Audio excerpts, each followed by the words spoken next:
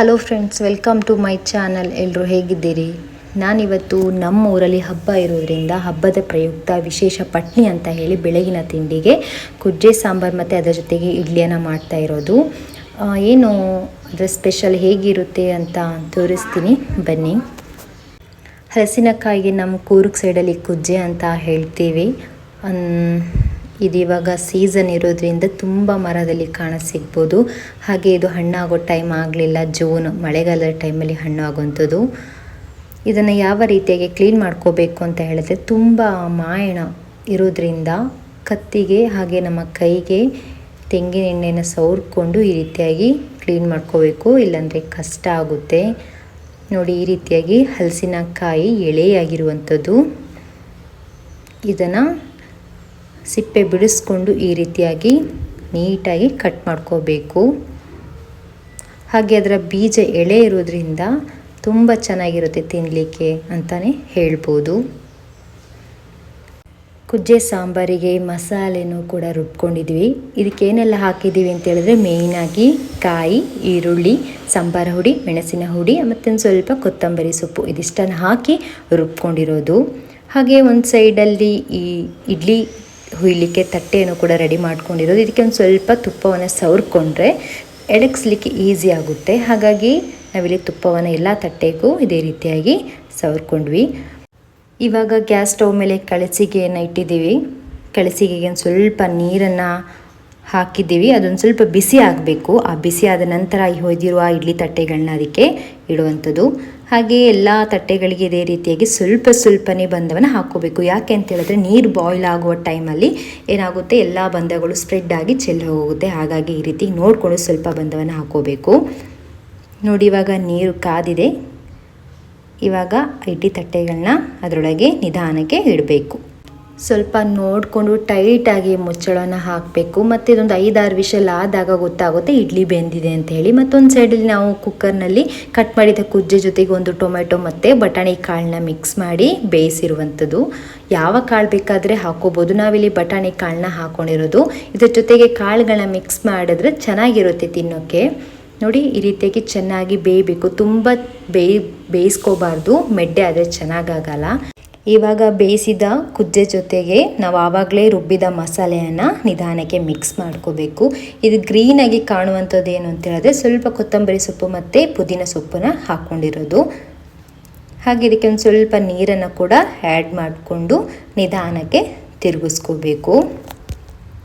ಇವಾಗ ಸ್ವಲ್ಪ ಉಪ್ಪನ್ನು ಹಾಕಿರೋದು. ಯಾಕೆ ಅಂತ ಹೇಳಿದ್ರೆ, ಆವಾಗಲೇ ಕುಕ್ಕರ್ನಲ್ಲಿ ಬೇಯಿಸುವಾಗನೇ ಸ್ವಲ್ಪ ಉಪ್ಪನ್ನು ಆ್ಯಡ್ ಮಾಡಿದ್ದಾರೆ. ಹಾಗಾಗಿ ನೋಡಿ, ಇವಾಗ ಈ ರೀತಿಯಾಗಿ ಬಾಯ್ಲ್ ಆಗ್ತಾ ಇದೆ. ಹಾಗೆ ನಿಧಾನಕ್ಕೆ ಸ್ಪೂನಲ್ಲಿ ಮಸಾಲೆಗಳು ಸೈಡಿಗೆ ಬಂದಿರೋದನ್ನು ಮಿಕ್ಸ್ ಮಾಡ್ಕೋಬೇಕು.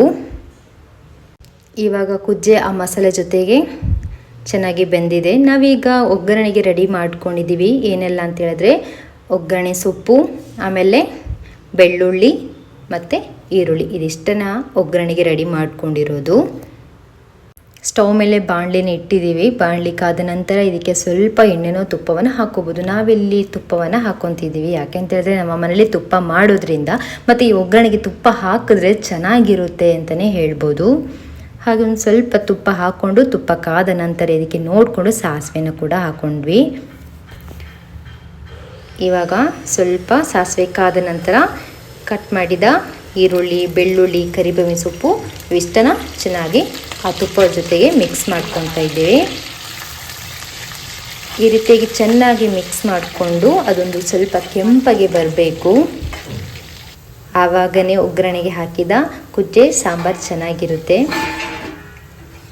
ನೋಡಿ, ಇವಾಗ ಇದೊಂದು ಸ್ಪೂನನ್ನು ಸ್ವಲ್ಪ ಹಾಕ್ಕೊತೀವಿ. ಯಾಕೆ ಅಂತ ಹೇಳಿದ್ರೆ, ಎಣ್ಣೆ ಸ್ಪ್ರೆಡ್ ಆಗುತ್ತೆ. ಹಾಗಾಗಿ ಹಾಕಿದ ತಕ್ಷಣ ಮುಚ್ಚಳನ ಮುಚ್ಚಿಬಿಡಬೇಕು, ಇಲ್ಲಾಂದರೆ ಎಲ್ಲ ಕಡೆ ಸ್ಪ್ರೆಡ್ ಆಗಿಬಿಡುತ್ತೆ. ಹಾಗಾಗಿ ಮತ್ತು ಅಲ್ಲಿ ಮಸಾಲೆ ಜೊತೆಗೆ ಮಾಡಿದ ಕುಜ್ಜೆಯನ್ನು ಎಲ್ಲ ಈ ಒಗ್ಗರಣೆ ಜೊತೆಗೆ ಮಿಕ್ಸ್ ಮಾಡ್ಕೊಳ್ಳಲ್ಲ. ಎಷ್ಟು ಬೇಕು ಅಷ್ಟು ನೋಡಿ ಹಾಕ್ಕೊತೀವಿ. ಯಾಕೆ ಅಂತ ಹೇಳಿದ್ರೆ, ಸ್ವಲ್ಪ ಬೇಗ ಹಾಳಾಗಿಬಿಡುತ್ತೆ. ಹಾಗಾಗಿ ಇವಾಗ ತುಪ್ಪದ ಜೊತೆಗೆ ಈ ಮಸಾಲೆ ಹಾಕಿದ್ರಿಂದ ಸ್ಮೆಲ್ ಪಕ್ಕದ ಮನೆಯವ್ರಿಗೂ ಕೂಡ ಹೋಗ್ಬಿಡ್ತು.